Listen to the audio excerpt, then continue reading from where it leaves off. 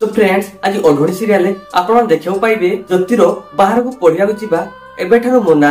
हाँ फ्रेंड्स जीवन अंश मिसिकी ज्योति को से गुंडा मान कबल बंचई देवे। यापर जीवन ज्योति घर को फेरिबे। यह देखी रघु और मोहिनी बहुत आश्चर्य होइजिबे।